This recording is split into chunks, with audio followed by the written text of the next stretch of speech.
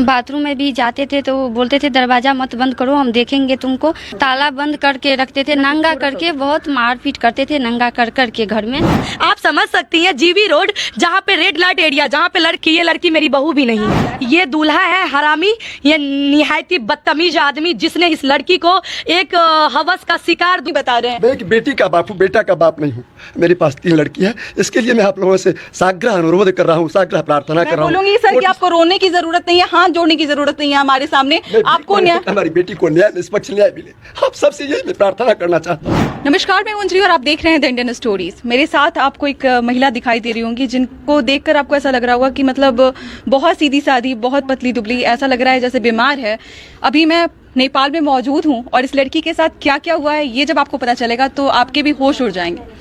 मैं बता दूं कि भारत का एक लड़का इनसे शादी करता है, मैं अभी नेपाल में हूँ, इस बात को आप समझिएगा, और शादी करता है इनसे, और उसके बाद इनको इतना प्रताड़ित किया जाता है, इतना प्रताड़ना होता है इनके साथ में कि यहाँ तक कि मुझे बोलने में शर्म आ रहा है कि इनको कहा जाता था कि बाथरूम खोल के आप नहाइए, साथ में हर दिन मारपीट जो है वो अलग बात है।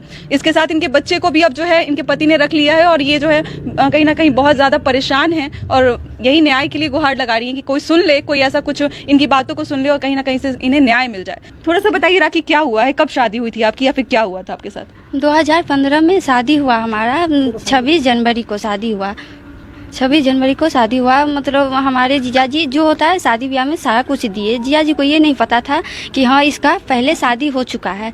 तो ससुराल में जो गए तो वहाँ मतलब दहेज के लिए बहुत टॉर्चर करते थे, बहुत मारपीट करते थे, बहुत मतलब सताते थे। बोलते थे कि तुम अपना बाप को बोलो कि सारे जायदाद बेच के हमारे अकाउंट पे 5 लाख दे, कभी 2 लाख, कभी उनका डिमांड बढ़ता ही रहता था। चलिए 2 लाख और दहेज के बारे में जो बात हो रही है, पहले तो एक बार घुमा के दिखा दीजिए कि इनके घर की हालात कैसे है। आप अगर ध्यान से देखेंगे तो समझ आएगा कि कितना ये लोग, हमेशा मतलब आप नहाने जाती थी तो बाथरूम का दरवाजा खुला हुआ रहता था। हाँ। और मतलब वो लोग कहते थे, सब मिल के कहते थे कि आप दरवाजा खोल के रखिए। उसमें ससुर जी भी थे। मतलब ये सोचिए कि हमारा जमाना कहाँ पे जा रहा है। हम कहते हैं मॉडर्नाइजेशन, और इनके साथ में ऐसा किया जा रहा है। मतलब एक मजे का होता है ना चीज जो इस्तेमाल करने के लिए होता है, वैसा इनको बना दिया गया था। घर की महिलाएं से लेकर जो महिलाएं थी या फिर पुरुष थे, वो सब मिलकर सोचते थे कि भाई ये तो मतलब एकदम मुख बाधिर टाइप लड़की है, कुछ बोलेगी नहीं, चलो इसको जो है वो दरवाजा खोल के कहते नहा लो, इसको पीटना है तो इसको पीटना है, तो इसके कपड़े उतार के इसको पीटा जाता था, हाथ पर बांध के पीटा जाता था। क्या कहा आपने, बताइए जरा। तो बंद करके रूम में रखते थे, ताला बंद करके रखते थे, नंगा करके बहुत मारपीट करते थे, नंगा कर करके घर में। बहुत बच्चे को भी पास नहीं आने देते थे, बहुत टॉर्चर करते थे। आपके बच्चों के सामने आपको मारा जाता था? बच्चे जो देखते थे वो क्या आपसे कुछ कहते थे, पूछते थे आके कि ऐसा क्यों हो रहा है माँ आपके साथ? नहीं आने देते थे बच्चे को हम मेरे पास, की उसको मतलब बाहर रखते थे, हमको रूम में बंद करके रखते थे। अगर जब खोलते थे मतलब खाना बनाना या जो भी काम हो तो नौकरानी जैसे करवा लेते थे, फिर रूम में बंद करके रखते थे, नहीं मिलने देते थे बच्चे को। ना घर वालों से मिलने देते थे, ना फोन था इनके पास में, ना किसी तरीके की सुविधा थी। घर पे जब आती थी अपने तो साथ में इनके जो हस्बैंड है वो लेके आते थे 2-3 घंटे, जैसा इन्होंने राखी ने बताया। इनके अनुसार मैं बता रही हूँ कि इनके साथ ही वो रहते थे और माँ बाप से बात करने की इजाजत भी नहीं मिलती थी इनको। पहले दिल्ली के बारे में मुझे बताइए कि क्या हुआ था वहाँ पे जब आपको लेके गए थे, या फिर क्योंकि आपको ज्यादा आइडिया नहीं होगा, आप कभी दिल्ली नहीं गई होंगी, तो आपको क्या बोल के ले गए थे वो, या फिर वहाँ पे जाने के बाद उन्होंने क्या बोला? वहाँ तो बोल के नहीं ले गए थे, हम दिल्ली इसको ले जा रहे हैं। वहाँ जाने के बाद हमको पता चला, वहाँ पे ले गए। अब बोले कि मतलब रेलवे स्टेशन पास उतर के फिर कहानी मतलब पैरे हमको नंगे पाँव ले गए। वो नंगे पाँव थी आप? आपके पैर में चप्पल भी नहीं थी? नहीं थी। मतलब आपको छोड़ के वहाँ से वो भाग गए थे?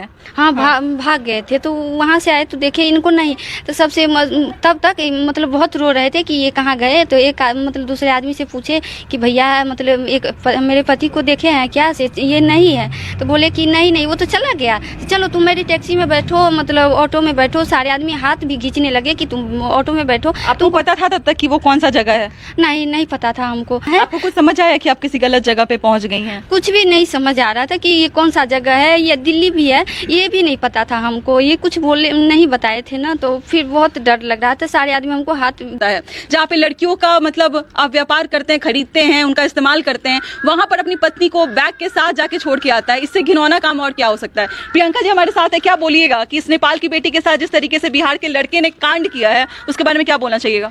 कि ये जब बाथरूम करने जाती थी तो ससुर कहता था कि तुम दरवाजे खोल के रखो, तुम लगा नहीं सकती हो, मैं देखूंगा यहाँ खड़े होकर के। लेकिन फिर भी ये लड़की मार खाती थी, लेकिन अब दरिंदा छोड़ देता है। आप ऐसे लोगों को पति का दर्जा देंगे? छी, धिक्कार है हमें कि वो ऐसा दरिंदा, वो कुछ भी नहीं। राखी से शादी सिर्फ इसलिए वो किया था क्योंकि इसके भाई नहीं है। ये सिर्फ 3 बहन है और भाई नहीं है। वो समझा मैं इससे शादी कर लूंगा तो इसकी जितनी भी जायदाद है, जो भी जमीन है, जो भी हिस्सा है, वो हमें मिल जाएंगे, सारे संपत्ति का पैसा मिल जाएगा, क्योंकि वो ऑलरेडी शादीशुदा है। और जहाँ लेना और देना दोनों तो कानूनन अपराध है। लेकिन उसका मकसद ही यही था कि लड़की से शादी हो जाएगी तो जाहिर सी बात है कोई वंश बचेगा नहीं, तो संपत्ति किसके हाथ जाएगी? जिसके पास बेटी है उसी को जाकर के परिवार वाले लास्ट में देंगे कि लो भाई अब हमको जितना सम्मान है, तुम सब 2 बेटे था, बेटा को छीन लिया है वो लोगों ने। और इसका मकसद बस एक ही था कि लड़की को पागल खाने ले जाकर के या तो पागल कर दूं। जब वो मकसद उसमें कामयाब नहीं हुआ तब सेकंड ऑप्शन इसको जीबी रोड में जाके छोड़ दिया और इसके बदले भी कुछ पैसे मिल जाएंगे। पैसे नहीं मिल जाएंगे, उसको छोड़ के वहां से वो निकल गया और वो बस यही समझ रहा था कि कहीं ना कहीं अब तो ये लड़की हाथ किसी की आएगी नहीं, अब ऐसा जगह छोड़ के आ गया हूँ कि अब कोई ढूंढेगा भी तो नहीं मिलेगा। अब बिहार आता और हल्ला बना देता कि लड़की किसी लड़के के साथ भाग गई। तरीका है किसी लड़की पे लांछन लगाने का। लांछन, देखिए जब भी महिला का चरित्र हरण होता है ना,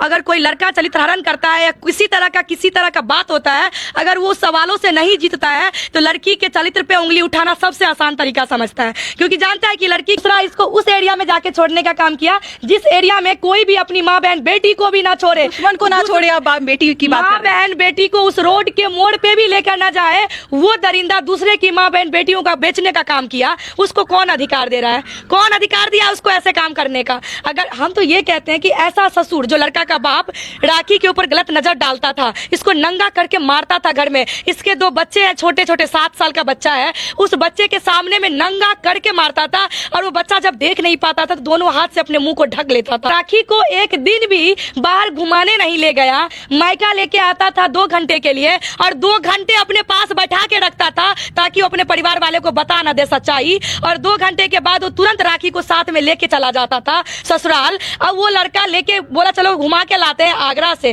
और आगरा घुमाएगा क्या, इसको निपटाने का काम कर रहा था। दूसरा तीसरा पॉइंट ये देखिए कि उतना ही नहीं, जब ये स्टेशन पे सुरक्षित भी नहीं है। अच्छा, ऐसा बोला जा रहा है कि बिल्कुल, क्योंकि अब समझ रहा है कि कहानी बनेगी तो ये लोग डिनाई कर रहा है, क्योंकि वो लोग को पता, ये बिल्कुल ये लोगों को पता नहीं है कि सबके पास ये सबूत भी है। तो ये मैं आप लोगों को दिखाना, वो बुढ़ा का फोटो कहाँ है?